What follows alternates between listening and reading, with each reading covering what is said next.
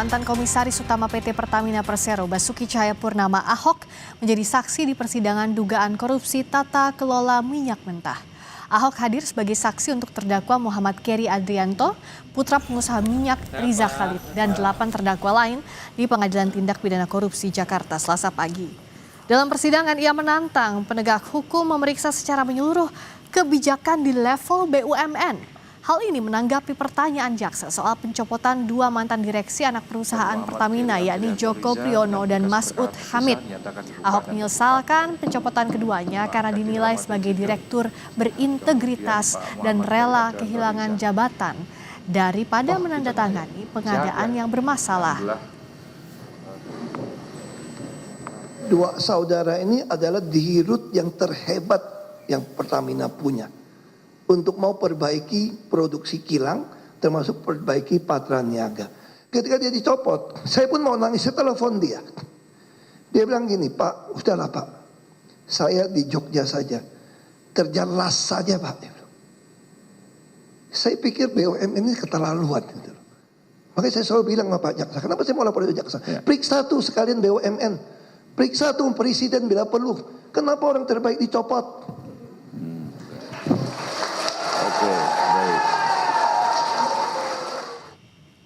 Apa saja yang disampaikan Basuki Cahayapurnama atau Ahok sebagai saksi sidang dugaan korupsi tata kelola minyak mentah dan produk kilang PT Pertamina 2018-2023?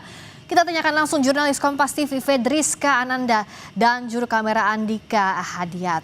Fedriska, apa saja poin-poin yang disampaikan Ahok sebagai saksi dalam sidang kasus ini yang bisa digali sebagai temuan baru?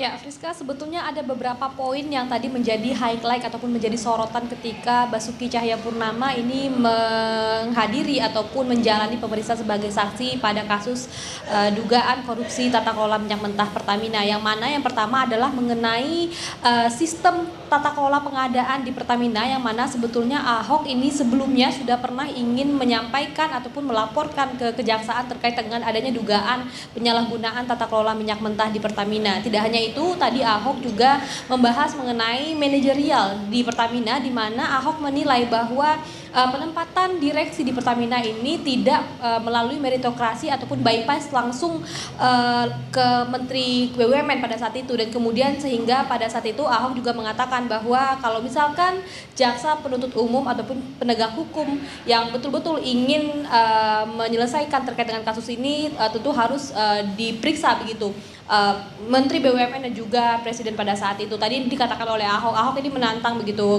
para penegak hukum ini untuk dapat menggali kasus ini lebih dalam lagi. Karena memang tadi sebetulnya yang banyak dipertanyakan kepada Ahok ini adalah BAP Ahok pada poin ke-10, yang mana ini membahas mengenai penyimpangan yang identifikasi penyimpangan yang sudah ditemukan ataupun sudah ada temuan ini pada tahun-tahun tersebut, sehingga memang tadi digali pertanyaan mengenai hal tersebut, bagaimana penyimpangan yang diduga ada ini. Tadi sempat disampaikan juga oleh Ahok bahwa memang salah satu dugaan penyimpangan ini adalah bagaimana kemudian ketika Pertamina berhasil mengekspor minyak mentah ke luar negeri, namun justru ada juga terjadi peningkatan impor minyak mentah. Nah, ini tadi juga dipertanyakan oleh Ahok, sehingga memang lebih banyak yang ditanya adalah mengenai manajerial dan kemudian juga sistem pengadaan yang ada di Pertamina pada masa itu, Friska. Dan lalu dalam kasus ini sebenarnya mengapa Ahok meminta BUMN dan Presiden ke-7 Joko Widodo untuk diperiksa?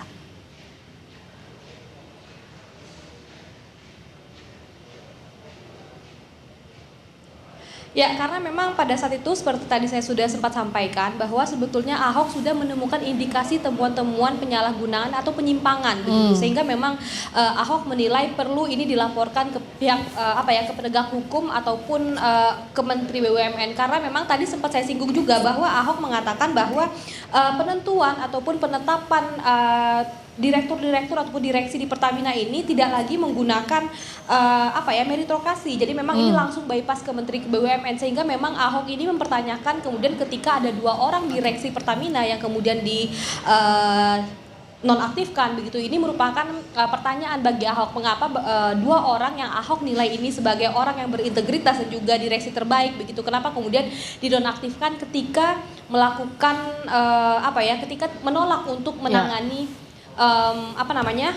pengadaan yang memang bermasalah. Jadi mari kita simak bagaimana kemudian pernyataan Ahok di dalam persidangan terkait dengan meminta penegak hukum untuk memeriksa Jokowi dan juga Menteri BUMN. Bukan perintah Pak Jokowi, kamu yang ngarang-ngarang itu. Saya bilang kalau mau tahu lebih dalam, mesti tanya Menteri BUMN sampai Presiden. Kenapa? Karena Presiden yang meminta harga premium. Padahal dulu sempat dihilangkan kan, Pak Jonan balikin lagi. Itu kan akhirnya kan terpaksa produksi kilang nggak bisa, mesti campur nafta untuk diturunin ke premium dong. Maka di zaman saya udah kita hapus, kita naik ke Pertalite yang produksi sendiri. Nah terus kenapa tidak mau subsidi berbasis orang dengan voucher digital? Jadi kami selalu memberikan solusi. Tapi pertanyaan saya, kenapa sampai hari ini nggak dilaksanakan? Ya tanya sama Presiden dong, yang berwenang, jangan saya.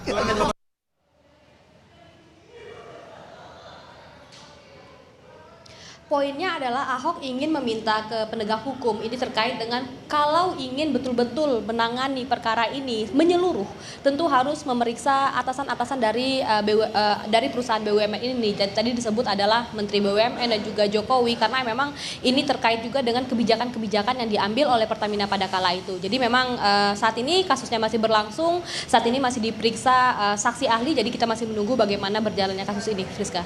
Terima kasih Fedriska Ananda dan juru kamera Andika Ahadiat. Tadi Ahok dalam saksi sidang dugaan korupsi tata kelola minyak mentah dan produk kilang PT Pertamina 2018-2023 mempertanyakan soal meritokrasi. Inilah yang harus digali lebih lanjut. Terima kasih Fedriska.